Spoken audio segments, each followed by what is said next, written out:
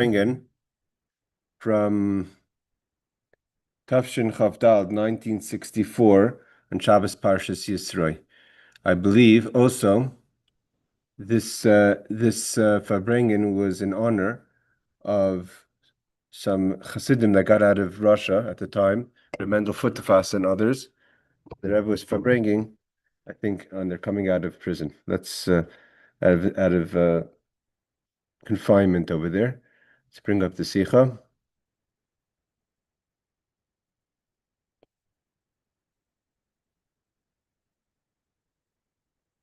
Let's see if this works.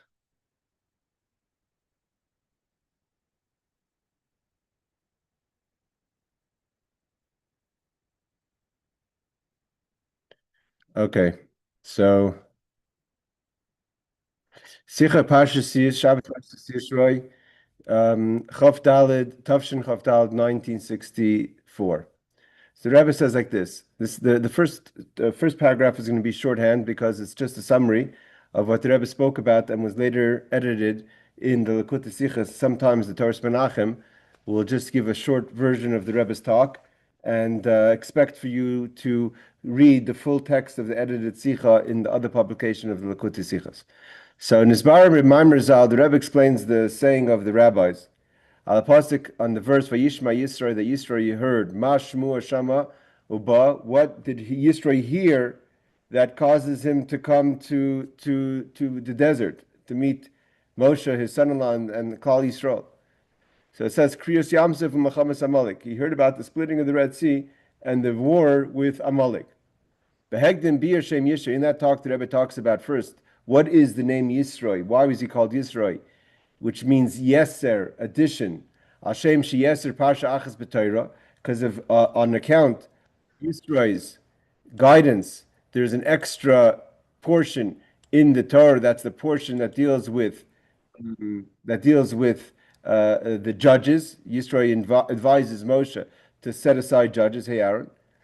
Yisro Hashem she yeser b'maisim tovim. Also, yeser, the idea of yeser is that addition in the part of Torah that he adds with his guidance to Moshe, and Yisro also Yisro for himself that he adds in good deeds.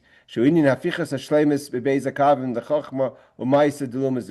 he changed, he made an absolute 180 from his behavior in the wisdoms and actions of the other side. He was a kohen midyan. He was like it says he was a kohen. He was a priest to avodah zarah, to turn himself over to Kedusha, to holiness.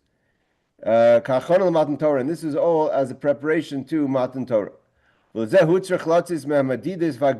order for him to get ready for Matan Torah, he had to go out of his own limitations. He had to go to the Midbar. He couldn't stay where he was. In order to make the transformation, one is in the addition of Torah and also specifically within himself, to transform himself from being a kohen midyan, from being a priest for avodah zarah, to becoming a person who says Ati Daiti, I know Ki Gadol Hashem Mikol Ekim, that God is the greatest, and has brought down the medrash that until Yisro said that, they couldn't be Matan Torah.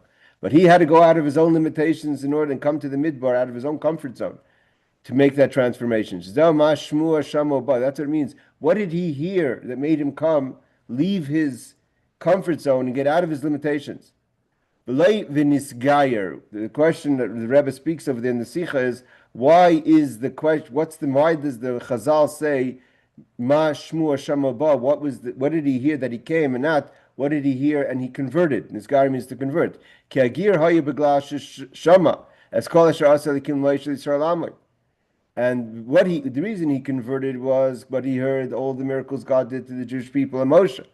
Kriyas Yamsuf, Bitul Hagbos, Mechitzas, the Yam Yabasha, Helen Vigilu. But when he heard about the splitting of the Red Sea, which the splitting of the Red Sea itself breaks the limitations of nature, because water is supposed to flow and cover over the sea base, and nevertheless it split open and revealed the dry land under the sea, which is not natural.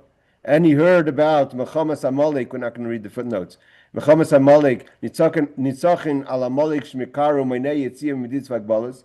And he saw how the Jewish people fought against Amalek, not just the people of Amalek, but the message of Amalek. And what's the message of Amalek? Coldness, staying within limitations, to fight the forces that want to tell a person to leave limitations. And when he saw that, he left his own limitations and came to the desert. Obviously, we're just talking about bulletin points. All this is been edited by the Rebbe and nitfas and been printed in the Likutei Sichas Chelik Tezayin, volume 16, on page 192 further. So to read more about this Sicha, then one could study the Likutei Sichas chapter of volume 16. Now, the Rebbe continues, but this is the part that's outside of the edition. The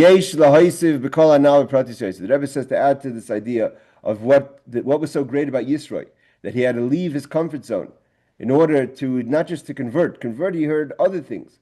Because the question I think the Rebbe emphasizes in the Sicha is why specifically these two miracles, the splitting of the Red Sea and Amalek. There were other miracles. There's the 10 plagues, there's the leaving of Egypt. Why wasn't the leaving of Egypt inspiring to Yisro? Only the splitting of the Red Sea, because in those two miracles was the idea of why he came here. He came to the desert because in the miracles he saw that there's an idea that you have to get out of your comfort zone. You have to get out of your limitations. Splitting the Red Sea is out of the limitations of nature, and fighting Amalek is out of the limitations of being cold to excitement about Yiddishkeit. So now the Rebbe adds, Inyan hager is karach b'kushayim rabim. The Rebbe says to be a ger, to be a foreigner, meaning specifically in this case to be a person who converts to Yiddishkeit, is something that's karach, is wrapped in kashiyim rabim, in severe difficulties. K'de'isa b'yivamas, the Gemara tells us, ger shabali hiskayer, oimin lamari isa shabas liskayer. The Talmud teaches us in Yavamas that if when a ger, a convert, comes to convert, we tell him, what did you see? What inspired you to convert? We teach the person who wants to convert about some of the lighter mitzvahs and some of the more difficult, complicated mitzvahs. We let him or her know, it's not just good ideas. It comes with reward and punishment. So when a person shows that he or she wants to convert, it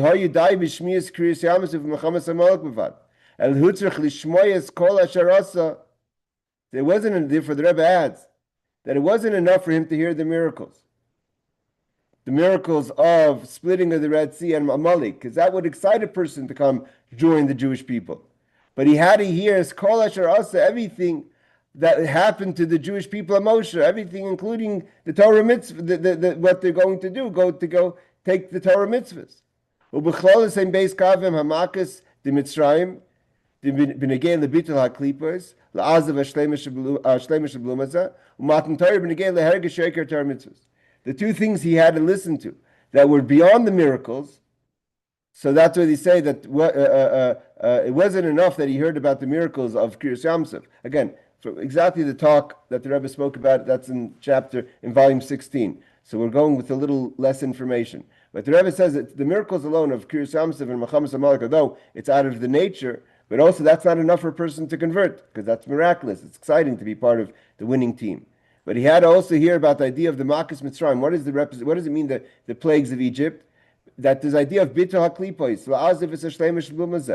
that the idea is you can't stick with Klipa. We know that Yisro was a Kohen Midian. He was a priest. It says he served every single one of the 70 Asarim, the 70 angels that represent the 70 nations under Paroi. Paroi was a world leader. And Yisro knew how to manipulate the energies. It wasn't like he was just bowing down. He was a kohen. He had this tremendous power of klipa. Klipa has power. Like Moshe was scared to go to Paroi. God has to tell him, Paroi, I'll come with you. Paroi was a big klipa. So he has to know that Makas Mitzrayim means you have to leave the klipos. You can't stay with klipa, with negative forces. La'azav hashleimish b'lumaza, you have to leave. That there's certain things that comes with shleimus, a certain completion, certain benefits you get from serving the sides of klipa. Because klipa also has power to give. The 70 sarim give blessings. And Yisro knew how to manipulate those blessings, as the Bitul Rebbe says. But he had to leave that all. Matan Torah, and he had to go to Torah. He has to, if he wants to really convert, he has to understand and appreciate what it means to serve Hashem through Torah mitzvahs. One is to leave the avodah zarah and the klipa and all that klipa gives you, and also to understand the importance of Torah mitzvahs. Ilu Yisro lehayi shemaya edis makas de Mitzrayim. Afilu hu hayi shemaya kol sharon yonim kshakadosh baruch hu Yisrael lehayi davar poilas les inyan hageres b'shleimus. If Yisro, we've not heard about that, along with this everything that happened, that the Jew that in the process it broke the klipa of Lumasev, the other side, and all he would have heard about it was the miracles. That would not have been a complete level of conversion. Then he could have been hedging his bets. What's shitav? Shitav means coexistence. I like God, and I also like a klipa. Klipa also gives me benefits. That's the idea of shitav. Shitav means you're combining two ideas: the miracles of God and the benefits of avodah zarah. He realizes and holds on. Oiches means holds on to God and holiness. He combines that with avodah zarah. Avodah zarah doesn't just mean the physical bowing down. It's all that comes with it, all that's but behind it. Avodah zarah, it runs deep to the core of society up until this day. So you want to be like Eliyahu says, you can't be on the fence, either you're with God or avodah zarah. Not sure why it's hard to open up for anyone. Hold on.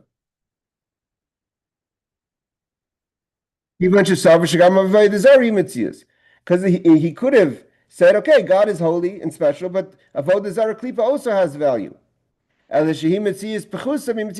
Okay, granted, it's not as special as holiness, but it also has useful. So therefore, you mashatev, you combined it.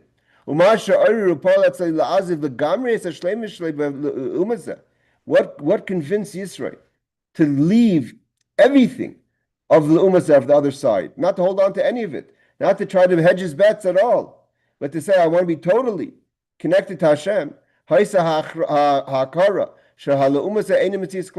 He recognized that's not that he wants, that there's two things.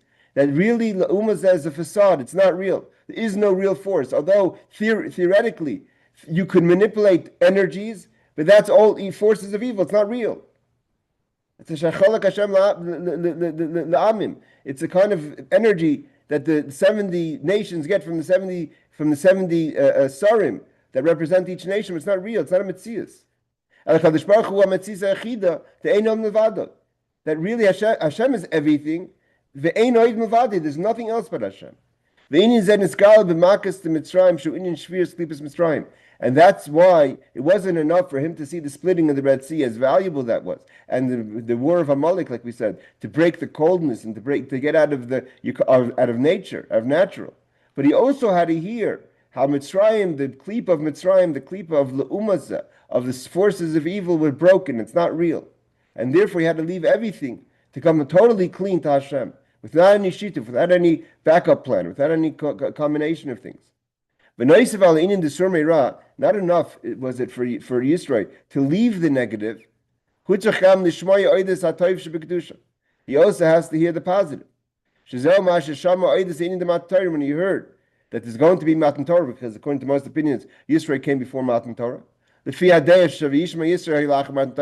Rebbe says, according to the opinion, if Yisro came after Matan Torah, but if you want to say, according to the opinion, that Yisro heard that came to Moshe before Matan Torah, that's how the verses are laid out, that Yisro first comes to Moshe, and then we have the story of Matan Torah. So you can't say he heard about the holiness of Matan Torah. It didn't happen yet. He came because he heard the Jewish people are going to receive the Torah. That's why he came, to be part of that experience. Because the whole reason they left Egypt was to receive the Torah. Like it says, when I take the people out of Egypt, you have to come serve God, meaning to receive the Torah. The leaving of Egypt, was not just to leave Egypt, to get out, but to start something, to start Tavdin. Tavdin means to be servants of God. And how are we servants of God? Through Har Hazeh, through this mountain, which is Matan Torah. So Yisro knew that he's going to not just leaving Parai and the Makkos, the destruction of Le'umasa, but going to something of holy, of Torah mitzvahs. Means there's both the level of the awesomeness of out of space, the awesomeness of splitting the Red Sea, Amalek, and then there's the grounded leaving, it means a person can be overwhelmed by a miracle, but that you're going to hold on to all the avodah zaras in your life. So you have to actually ground it in leaving everything of l'umasa and taking on Torah mitzvahs. That's the grounded part. That's the internally. That's in apnimius, taking it in internally, not just basking in the experience of a miracle.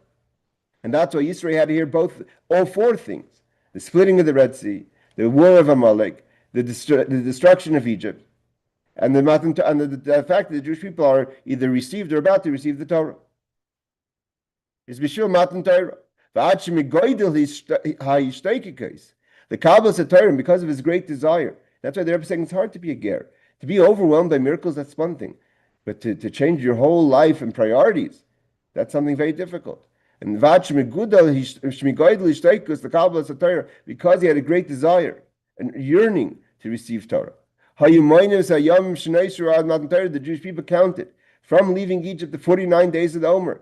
The counting of the Omer. So recognizing that this is something that's going to be very special. The Jewish people thought it was special, and so too, of course, the hold on a second. That Yisro agreed with that. The Rebbe says, this is all when it comes to when we're talking about the idea of conversion. Avamash shmua shama uba. So the Rebbe says that's why he converted. What does it mean to convert? To leave. Every time I'm having this issue, is to leave the umazeh, to leave avodah zara and to accept Torah. But that he could have done that in Midian. What made him come here to the desert? El Hamidbar, Eretz Sia, a land of destitute, land of no water, a land that you're walking in the desert. He could have stayed in Midian and said, "Oh, there's a God. Let me wait and I'll catch up on the Torah. I'm leaving avodah zara, but I want to stay in my own house." Why did he leave his house? Why did he come to the desert? He could have converted in his own house in Midian. He left back to his house. Why do you have to go to the desert in the first place?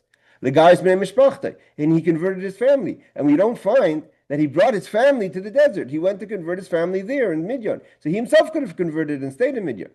That's the second stage. The idea to become a ger himself, that was the idea of leaving Mitzrayim, of leaving what Mitzrayim represent, the idea that the breaking of the 10 plagues, breaking the klipa of Mitzrayim, and accepting the Torah. That's the gerus, that's the conversion. But what made him come to the desert? That was the second set of miracles, the second set of inspiration that came from the miracle, the splitting of the Red Sea, and the war of Amalek. When he saw the splitting of the Red Sea, and there's no longer a limitation, that this is water, this is dry land, this is Yam, and this is Yabasha, this is the dry land, and there's a separation. And he saw that the Jewish people would not subscribe and allow for energies that cool a person to get out of the limitations, which is what Amalek is. Amalek is to cool people's, like relax everyone. I get there's miracles. Doesn't mean you have to get so excited about it, right? Amalek means cool, to cool everything down. As the Rebbe explained before in the Sicha at length,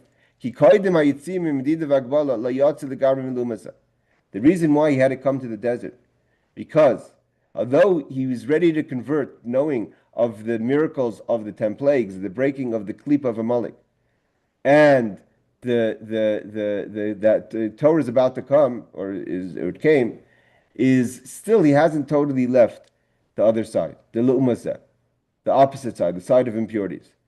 It would have affected his conversion. Why? Because he's not ready to get uncomfortable for God. He's ready to change his life. I want to stay in my house. I'll kasher my kitchen, man. I want it to be my kitchen. I don't want to have to leave. You want me to leave everything and go to the desert? That's too much. He had things of his past life that he wanted to stay in. Okay, my house is, I'm gonna put 2 beds in my bedroom, whatever it is. I'm gonna do all the things I have to do in Torah. But I want it to be in my own space that I always had. But when he comes to the desert, he totally left the other side. This elevated his conversion to the highest level. He took both sides. That he had, one is the idea of that there was the klip of Mitzrayim, and also the idea of internalizing through Torah. He brought it all to holiness. Not only that, he adds to Torah. He adds a parsha into Torah. He's the one who teaches Moshe about the judicial system. And he adds also in his good deeds. What does it mean, Maisim Tovim? The Rebbe always says that his actions shouldn't just be actions, but his actions should be bright, good and bright, meaning that it's alive. It's like a person polishes. I have a coin, I have a stone, but it's rough, it's dirty, it's there. But no, it has to be me'irim, it has to be beautiful and shining. From before B'drush Megillas Esther is explained in the talks of Esther. The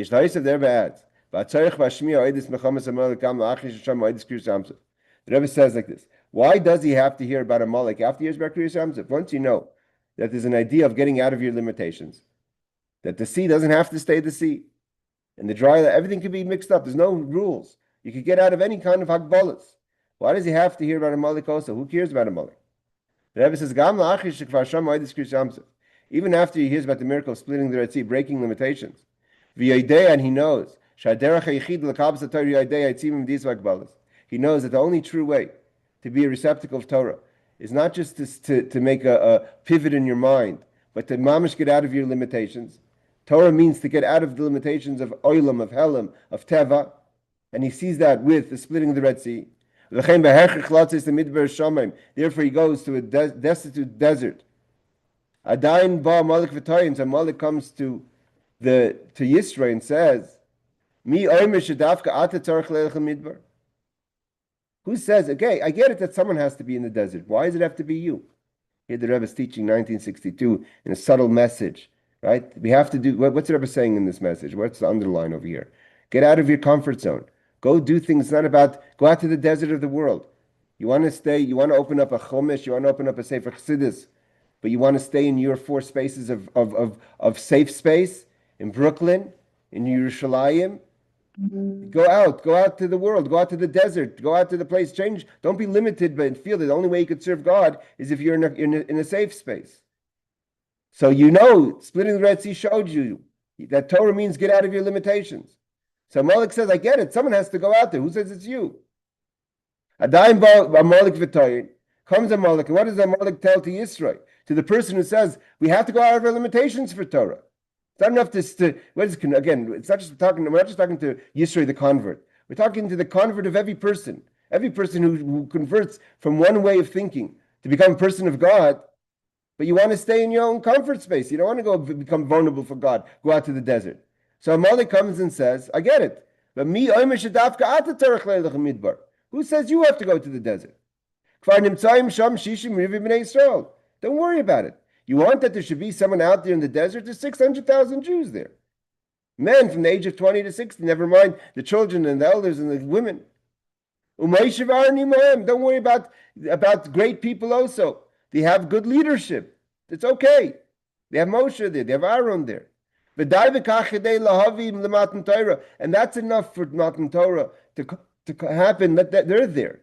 And don't worry. Someone will send you the Torah too. Let them be in the place. Yes, for the Torah to come to this world, we have to show to get out of our comfort zone. We have to go to the desert.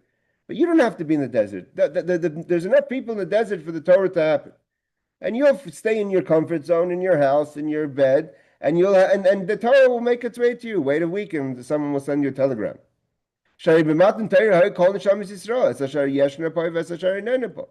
All the Jewish people were there.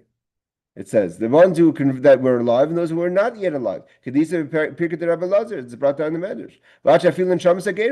Even converts that later will convert, their souls are at Matan Torah. Everyone's at Matan Torah. Your spirit was there. Someone, you have a representative there. But you specifically have to pack your bags and go to the desert. You have to leave your land, your birthplace, to go to a desert. The idea of what's needed in the desert is being done by someone else. Why do you have to go? That's what a Malik Tain is. Malik's arguments are always about results. A Malik is, you could learn from me, you could analyze a Malik and really understand how important it is about how much things have to get done, and then how you have to be the person to do it. Why? Because anything Amalek claims, Amalek is fighting Kedusha. Anything they're saying is the opposite of Kedusha. So if they come and say that it's okay that there's 600,000 in the desert, you don't have to go to the desert, that means you have to go to the desert. Because obviously, what do they care so much? Because that's the tachlis. They will teach you where the essence is. Because if they're telling you it's good to be at home, then you know you got to pack your bags. Not only that, Yisro was also, there was another reason for Yisro to be concerned. How am I going to be accepted when I come to the Midbar? Yisro was a Kohen Midyan. He was part of the decree of Mitzrayim. He was there. What kind of greeting are they going to give him? How do we know that Yisro was concerned of how they're going to accept him? He didn't just show up. He gave notice. Right? Rashi says he gives notice, come, I'm coming. If that's not good enough, your wife is coming. And if that's not good enough, your children are coming. He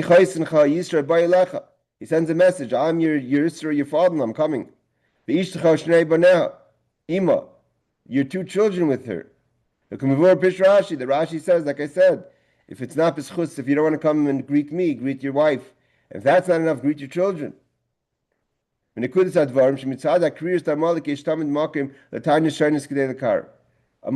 point is, it's not important what the argument is. Just cool down. Relax. Don't pack your bags about it. Sleep on it. Amalek, again, is all about stopping results. Stop, don't get excited, don't do. Doesn't have to be you. The Rebbe says he spoke about in the Farbrengen of Shabbos Parshas B'Shalach, which we learn about Amalek. In this statement from the Rebbe Rashab, the fifth Rebbe Chabad, Sham Dov Besh Nersen. What happens when a person gets excited about a miracle? A miracle that's a private miracle to you, or a miracle that happens in the world. Maschel Amalek Lita, into what does Amalek say right away? See,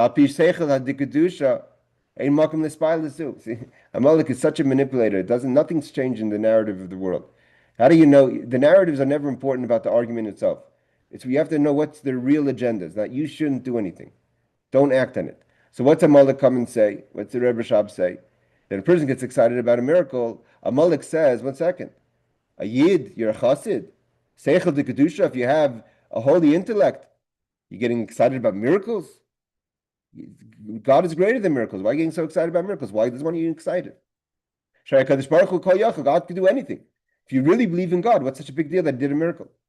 He runs the whole world. Again, Amalek doesn't care to say the most extreme things about God. As long as you don't get it, you don't act on it. That's his agenda. Don't get excited, don't act, don't pack your bags, don't run to the desert. And not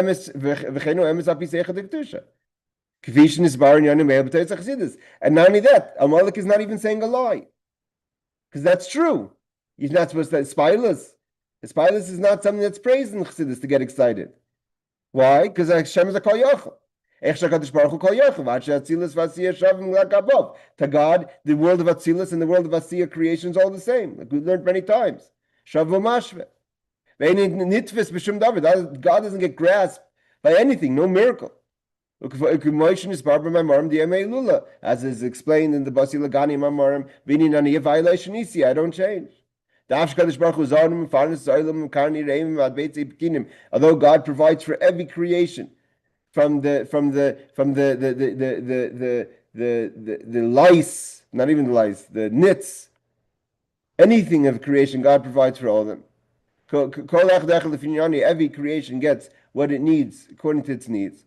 Any nitvis that you can't grasp God in that. When a person usually invests in something, he's captured. She's captured by that. God is effective without being captured in the moment. God knows everything. There's no information. He can't get it. He's spileless, excitement. He knows it anyways. Like we learned in the Maimorim of Noach and Bereshis. That's how one of the answers. How there is evil in the world.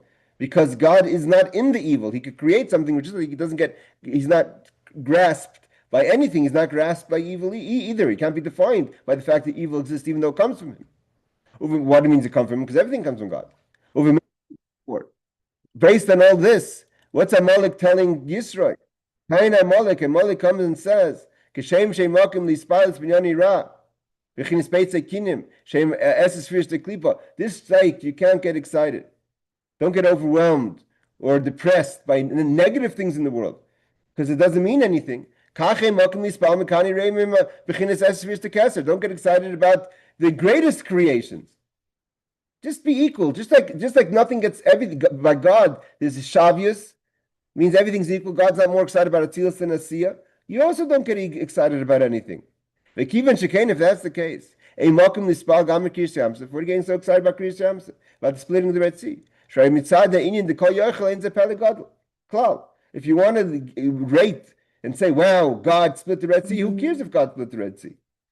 God could do anything. So what are you getting so excited about? And from the coldness of Amalek,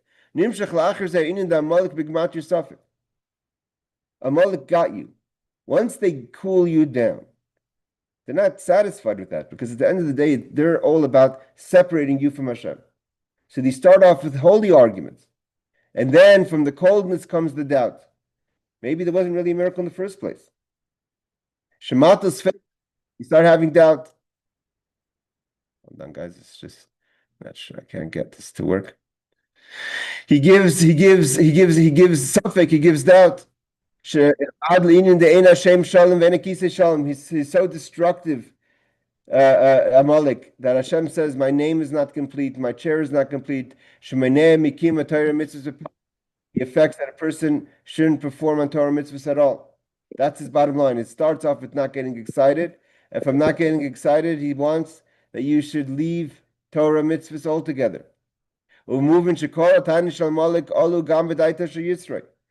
Yisro thought about those things, the Rebbe says. It wasn't like Amalek said something. Yisro also considered Amalek's arguments. What's Yisro's background? He was from Paro's advisors. The Gemara says so in Sanhedrin. Why would Paro appoint him as an advisor? He had to be qualified. He had a Ma'ilib Seichel. He was a very smart person. And Seichel is coldness. It's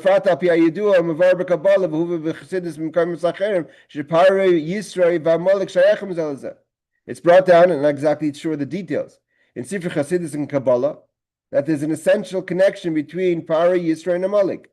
Kipari Isis Araf. Pari means, take the letter of the words of Pari, which is Pei, Reish, Ayin, Hey, and you could make it Ha'aref, which means the back of the neck. Amalek Humilashin Umalek Arpai. Amalek is also from the word Amalek. We know it's called Malika when they would sacrifice the birds in the temple. It's called Malika because they didn't slaughter from the front of the neck, which is how we make how we shech the chicken, let's say a bird, but from the back of the neck. So that's called Malika, which is Amalek. The Yisro Humi Yaitzi Paro, and Yisro was the advisors of Paro. So Amalek, Paro, and Yisro are all in theory together. And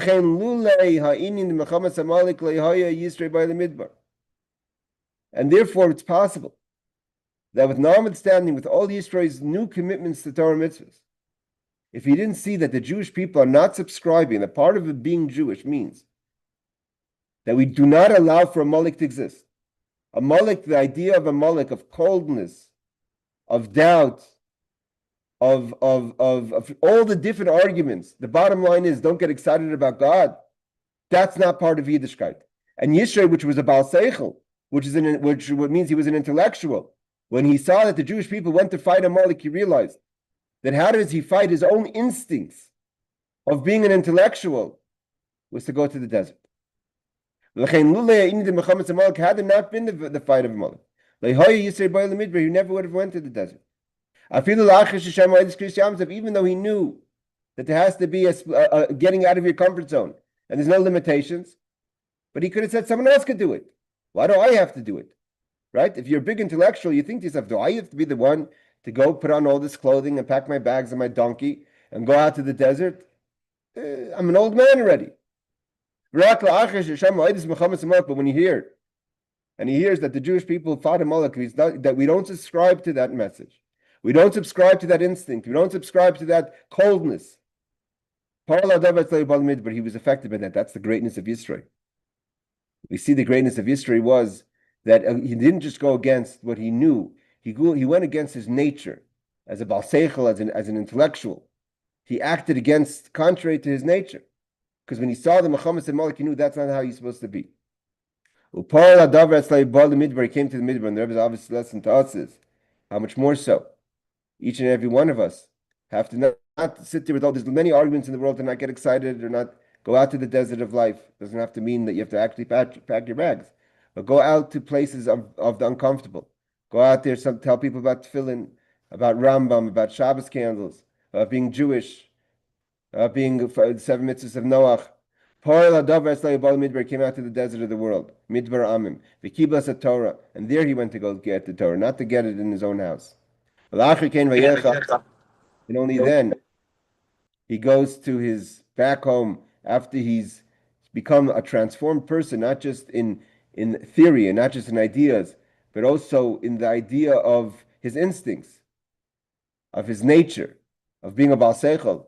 And then he could be affected in Midyon as another person. The Rebbe continues, this is the first Sicha, powerful talk. The Rebbe says, based on what we said before, this idea that we're describing, the greatness of Yisro, shows us that there's an idea of going from place to place. Meaning, although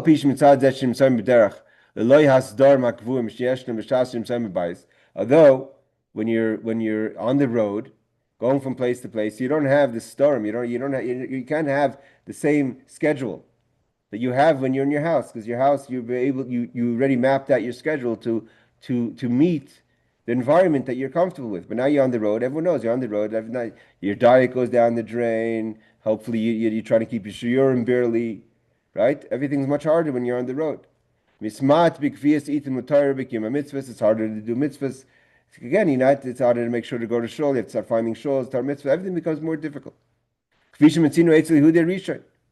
Where do you find this more than Avram Avinu?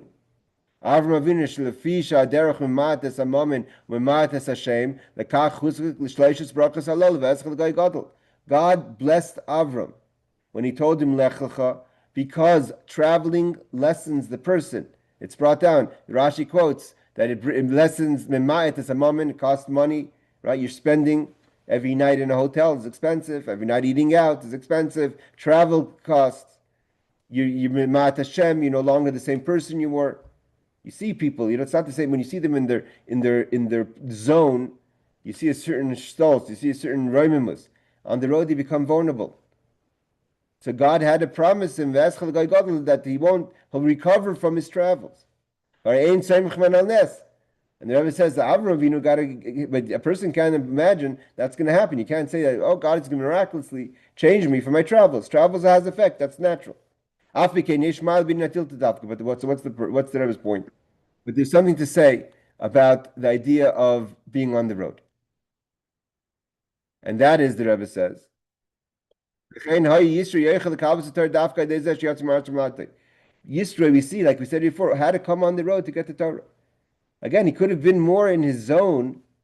You could argue even deeper. He could have been in his zone, because on the road you're not at your full potential. Jet lag, you're tired, again, all the things. But nevertheless, he went to the desert. And Moshe went to Moshe, the man of God. The Rebbe says this is what it means that it's brought down in the Sfarim. Bichlach means the Sfarim. God says to Moshe after the war of Amalek that Kosev Zois Zikaron, write this as a memory, b'sefer in a book. V'sim ba'ozni Yeshua, and put it by the ear of Joshua. Shenoisev alexiva b'sefer. It's not enough to write something. Huchachlius v'sim ba'ozni Yeshua. You have to put it by his ear. What does that mean? L'chura in moving. Seemingly, one could ask the question: Hare tzivu kosev zois zikaron b'sefer hayu b'negei l'chol b'nei Yisrael koil gam Yeshua. When God said to write what Amalek did, to put it in a book, because when you print it, it becomes more factual. Because when you start telling over the story by verbally, People are like, yeah, that's not exactly how it went down. I was there, Amalek, but they didn't really mean it. The Jews started the fight, right? It wasn't really, it was not the offense, it was not defense, it was an offensive. How dare they have attacked Amalek? Amalek was just trying to attack them. What they want from them, right? We know all those stories, how the narrative changes very fast from October 7th. So you have to write in the Sefer. You have to write it, this is the way it happened. So why wasn't it enough just to write in the Sefer? Yeshua also could read the Sefer. Vim came, Sefer Torah, where's it in the Sefer? It was in the Torah. The Torah tells us what Amalek did. There's no mixing around the narrative of what happened. Amalek is evil and he went to attack the Jews. When God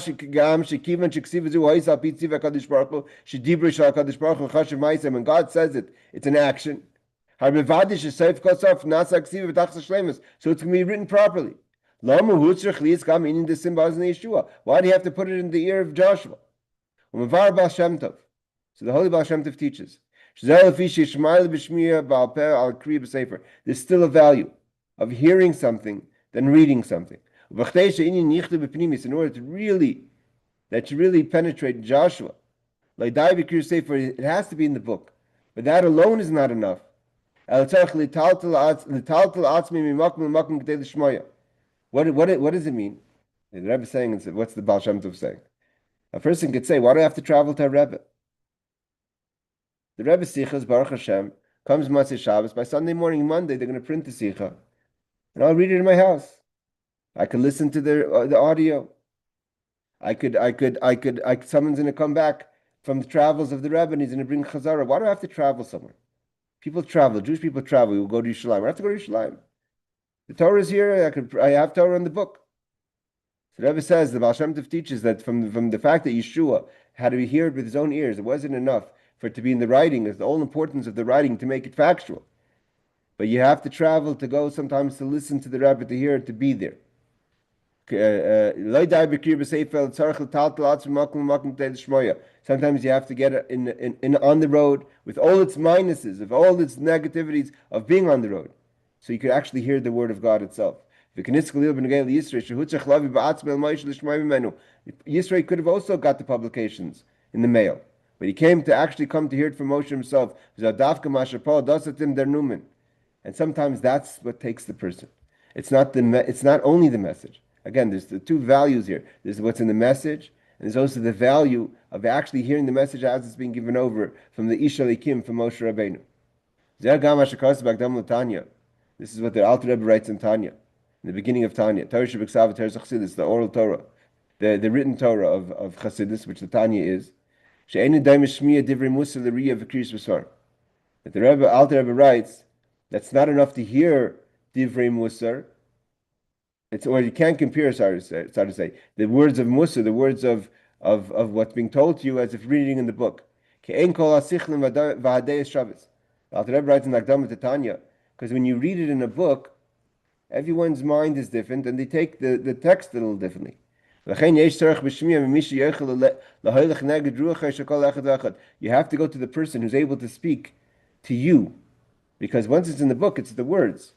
So again, there's the value of the book that protects the message, but on top of that is the value of actually listening to it. Because when you hear the person talking to you, although you could have read the message, the person talking to you, the Rebbe writes this in Tanya, is to hear it as that person is communicating the message to you. The people who go from place to place, even though it's difficult to travel, and the lessons in things in Torah mitzvahs. To come to a Rebbe, the Rebbe means. You could have heard what someone else tells you. Michtav, you could read a letter. Mivra, you could get a telegram. You could get a telephone. God could get the message to you many ways. But Sam ba'ozna Yeshua, ki eine daime peulas akriya besfarim le peulas anasa de shmiya mamish. When hert das allein von Eden. When you hear exactly as the tzaddik, the Rebbe tells you the message. We're going to stop here. I think the Rebbe continues in this Fabrengen. He talks about that the Fabrengen, we have 3 minutes, we'll just do this little paragraph. The Rebbe says there's 3 unique people who came to the Fabrengen. The Rebbe is talking about coming to the Rebbe. If you look at footnote number 37, it says Yesh L'Tzayin, this Fabrengen, Shabbos Yisro, 1964, was a Rav Hatamim and Rav Chassid Mendel Futfas. don't know if anyone remembers or heard of Rebbe Mendel Futerfas, a great chassid who spent 10 years, I believe, in Siberia, a long time in Siberia, alone. His family was already in England, and he got out of Russia for his work. He was in Siberia for his work on behalf of Torah and Torah mitzvahs and setting up schools and mikvahs, etc. He just got out of Russia in 1964. And there's also Rav Tam Rav Chassid Rabbi Yisrael Nachman Kayin. He also got out of Russia many years before. And then at that Fabring, and there was also the Rebbe had a chassid that was very dear to him in England. His name was Reb Shneir Zalman Yafi, the Yafi family in Manchester. The Rebbe says he was never in Russia. The Rebbe says there's three types of Jews here. There's those who are still in their 12 months, meaning the 12 months Rav Mendel Futerfas just got out of Russia. He's still within 12 months. That he was in a place and still in 1964. A lot of Jews were behind the Iron Curtain, where still our brothers are left in captivity. And they're still standing with self-sacrifice. But they're still walking around as Chassidim. Not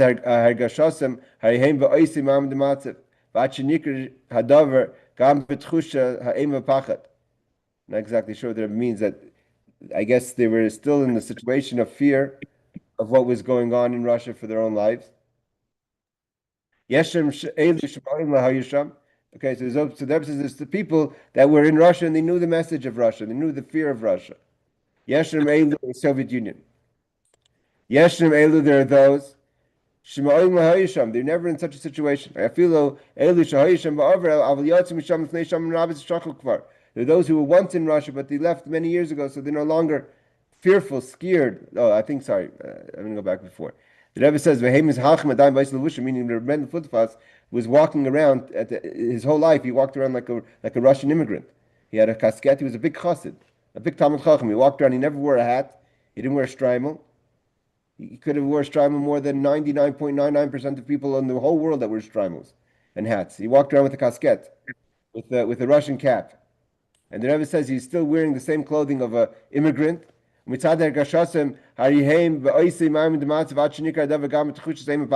Rebbe says kind of, and I'm not sure if he means people are fearful of him, or there's still the fear. You know that the communists came chasing the Chassidim even afterwards. The Rebbe says there's those who were never in a difficult place. They only heard about it. They live in the land of Asher. Right, we have Nidachim Be'eretz Mitzrayim and the Asher, which is the land of plenty. This is Reb Zalman Yafi lived in England, which was a place of abundance. And so Rebbe says it's impossible to say that the wealth and the broadness of Asher doesn't have an effect on a person. Some who came out a few years ago. They're kind